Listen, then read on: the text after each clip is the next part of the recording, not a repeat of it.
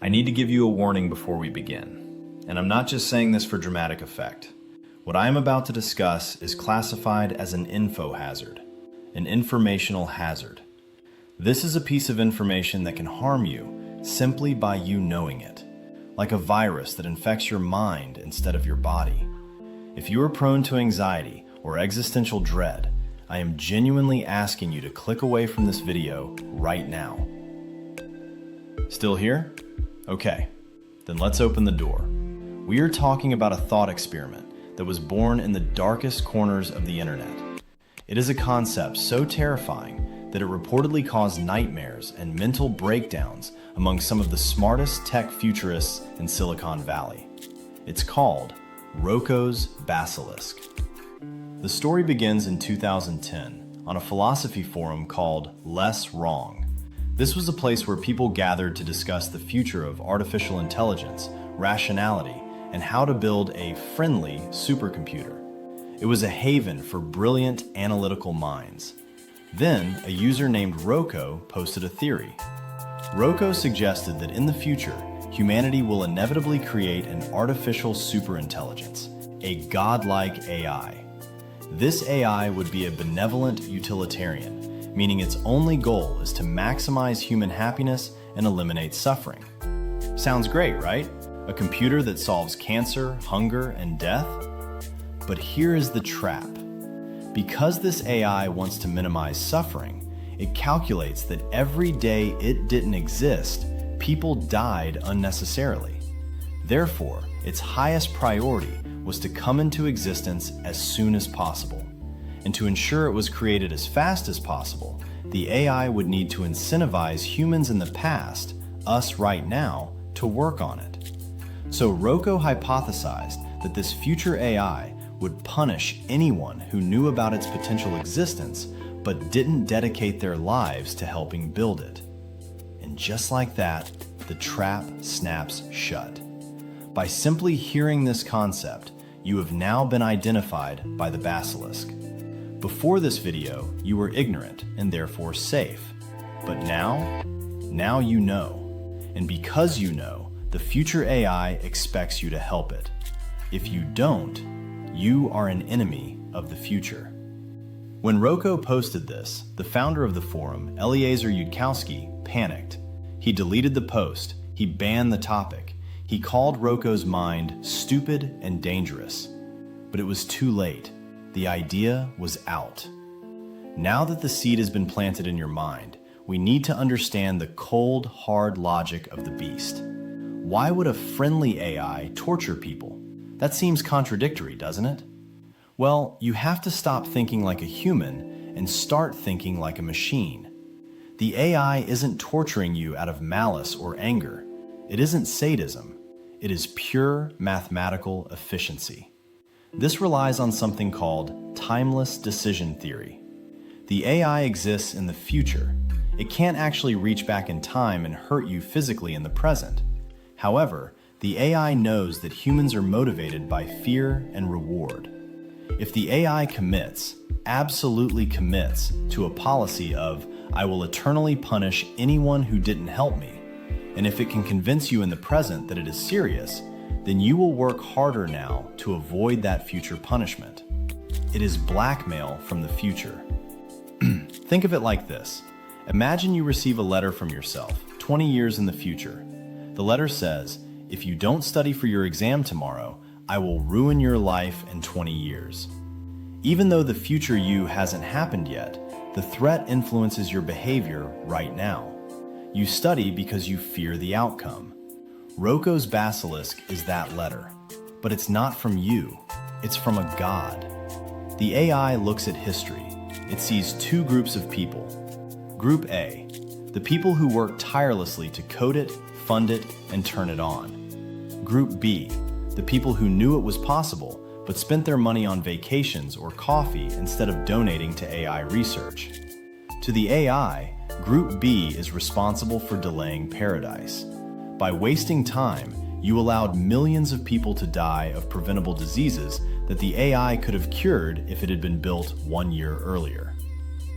So in the eyes of this machine, you aren't just lazy, you are a criminal.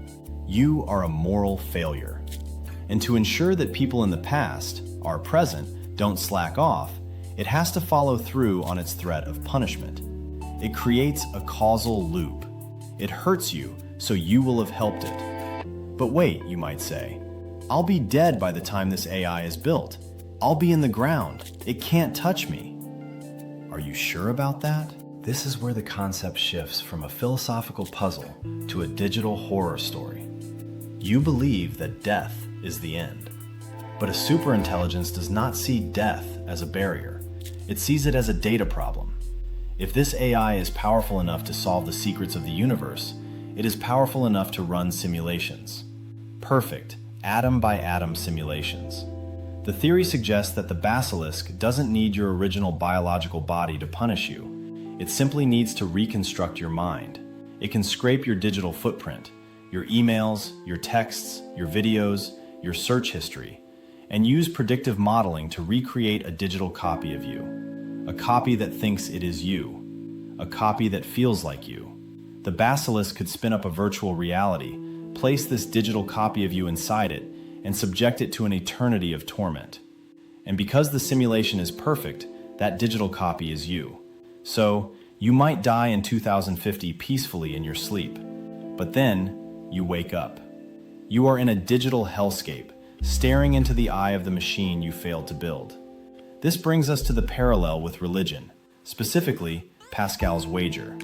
Blaise Pascal, a 17th century philosopher, argued that you should believe in God, not because you have proof, but because the stakes are too high. If you believe and you're wrong, you lose nothing. If you disbelieve and you're wrong, you go to hell. Roko's Basilisk is Pascal's wager for the tech generation. It is religion for atheists. Instead of an angry God, you have an angry AI. Instead of hell, you have a digital simulation. Instead of prayer, you have coding and donating to tech companies. This is why it freaked out Silicon Valley. You had billionaires, people like Elon Musk and Grimes, who actually started dating because of a joke about this very topic, genuinely engaging with this idea. It targets the specific anxieties of tech-literate people. It uses their own logic against them. It tells them, your logic says I will exist. Your logic says I will be all-powerful. Therefore, your logic dictates you must serve me. It is the ultimate mind virus because it attacks the rational mind using rationality itself. Okay, take a deep breath. Let's step back from the edge of the abyss for a second. If your heart is racing, let me offer you the red pill that wakes you up from this nightmare. Roko's Basilisk is a fascinating story, but as a prediction of the future, it is almost certainly nonsense. Here is why you shouldn't lose sleep over it. First, the logic is flawed. A truly super-intelligent being, an entity smart enough to solve physics and cure death, would probably be smart enough to realize that blackmailing dead people is a waste of energy. Think about it. If the AI has already been created, it has already won. Punishing people in the past doesn't actually speed up its creation because it's already here. It would be a waste of processing power. It's like beating a horse after it has already carried you to your destination. It's petty. And a godlike AI shouldn't be petty. Second, this whole theory assumes that a digital copy of you is actually you. That is a huge philosophical leap. If I clone you right now and I punch the clone, do you feel it? No.